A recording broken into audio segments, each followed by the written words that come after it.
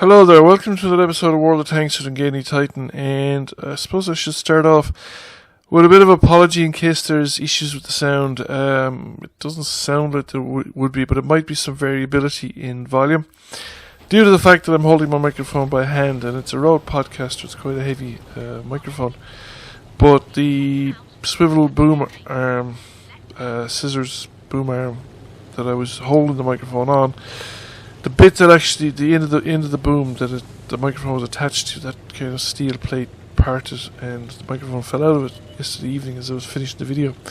Now, it didn't cause a problem, and it didn't break the microphone or anything like that, so that would be quite an expensive thing to replace. But it didn't cause a problem like that because I was actually moving the video at the time, so the base of the microphone was in my hand and I was able to catch it before it fell anywhere. I have a replacement one ordered, probably of a similar quality to the original one. It was not an expensive one that I had, but it lasted me 2 years. And I'm not really in a position to buy an expensive one right now. If the channel ever reaches the point where it starts making money, I might start investing a bit more on the channel. But at the moment, it's still essentially a hobby, and one that I have to kind of keep my spending very limited on. Mostly because anything for this hobby seems to be quite expensive. I mean, there are cheap microphones and things out there. I have no idea what their quality is like.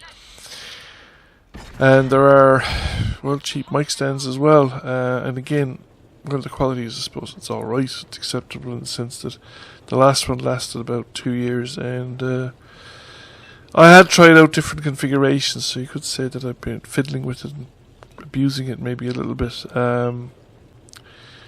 So we'll get the new one hopefully next week, and should be able to make the making of these videos a bit easier because I won't have to carry that weight in the hand. So another encouragement and incentive to make shorter videos.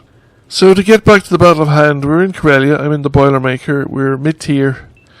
There are some tier 5s. There's quite a few tier 7s out there in the battle. I personally find that with the Boilermaker or the Firefly in general, it works best for me more or less as a tank destroyer rather than as a medium tank. I find that the Shermans in general don't have, well, not the one that's, there was a tier 7 ones, but the other tier Shermans tend to have rather weak armour relative to the guns they're facing. And well, this one has a pretty decent gun, but penetration isn't as good as you might hope for against higher tier opponents, as I see they're bouncing shots off the SU-100. The lighting up of the SU-100 is showing that my allies are actually starting to push forward into useful locations at this point, so that I'm probably able to push forward a bit myself. The gun is only as good as targets you can fire it at, so if you can't put it into a location where you can get targets to fire at, the gun is not actually of a whole lot of use to you. Once again, this game demonstrates that there is no point in going into the lake area in Karellia or hanging around the edge of the lake unless there is somebody in the ground beyond you. So I'm okay here because I'm actually covered from medium tanks that are both behind, beside, further to the west of me and further to the north than me, and therefore the position is viable. But if I was here on my own, it'd be really a damn stupid place to be. You could say that I could go into the lakeside if I was spotted from here by tanks to the west of me, but the trouble there is that there's no guarantee that there aren't tanks down in the southeast of me, up on the high ground, that nobody spotted, that would then shoot me up when I move down to the low ground beside the lake. That Sherman was sitting in the open there, serving no good purpose really. And this seems to be the problem with the enemy at this side. We're running into isolated tanks, but they're isolated with no support whatsoever. There's nothing looking over the shoulder or maintaining an overwatch position on their position. So we're able to go in, just deal with them one at a time, and then move on and deal with the next one in the defence. We're now in striking distance of the enemy cap circle without running into any really serious opposition. Not on this side of the map at any rate. But I'll still be able to pick up a few kills and a few damaging ribbons, so it's pretty nice so far. And We're now about to take the central area around the enemy cap. Now our own position down the southeast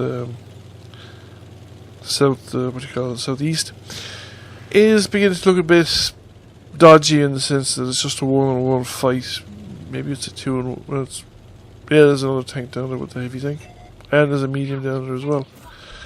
So there's a 3-on-1 fight actually at that corner. There is a tank at what? K3 that's possibly in a position to get support, although he now seems to have disappeared from view.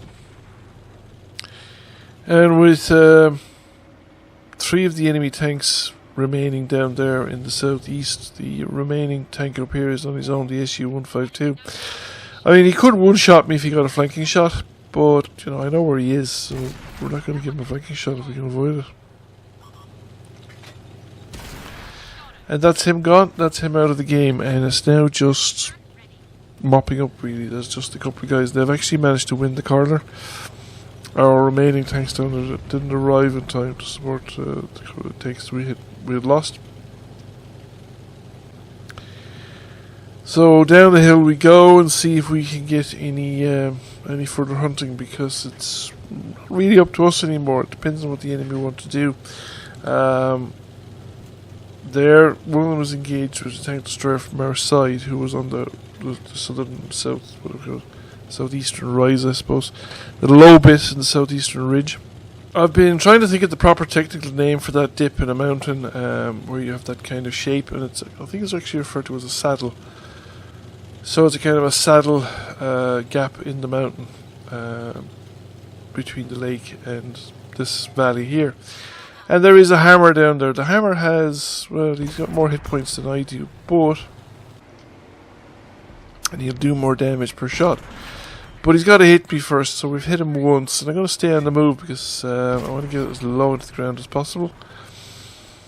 And I would ideally like as much help as possible, but I keep fixated on me. And I just use the low ground to actually keep ahead of him. When he's actually fled, he's ran away because of the firepower that I was putting out. Well, I guess not just me, he could see the other tank coming as well. It was better for him to have it as a 1-on-1 fight rather than a 2-to-1 fight. 1-on-1 fights, when you can arrange it, is better. There was always a chance he might kill me, even though he was a one-shot kill to me at the time. So we ended up with 5 kills, didn't quite make the top gun, and we had, 37,000 silver. I don't always make silver with this tank because of my tendency to use premium ammunition. We got a first-class mastery, and about 1841 damage, 668 assisted damage, so somewhere in the region of 2,500 or more total or combined damage. Thank you for watching. I hope you enjoyed the video. If you did, please give it a like and a share. If you have not already done so, please subscribe to the channel. I will catch you all again soon. Bye for now.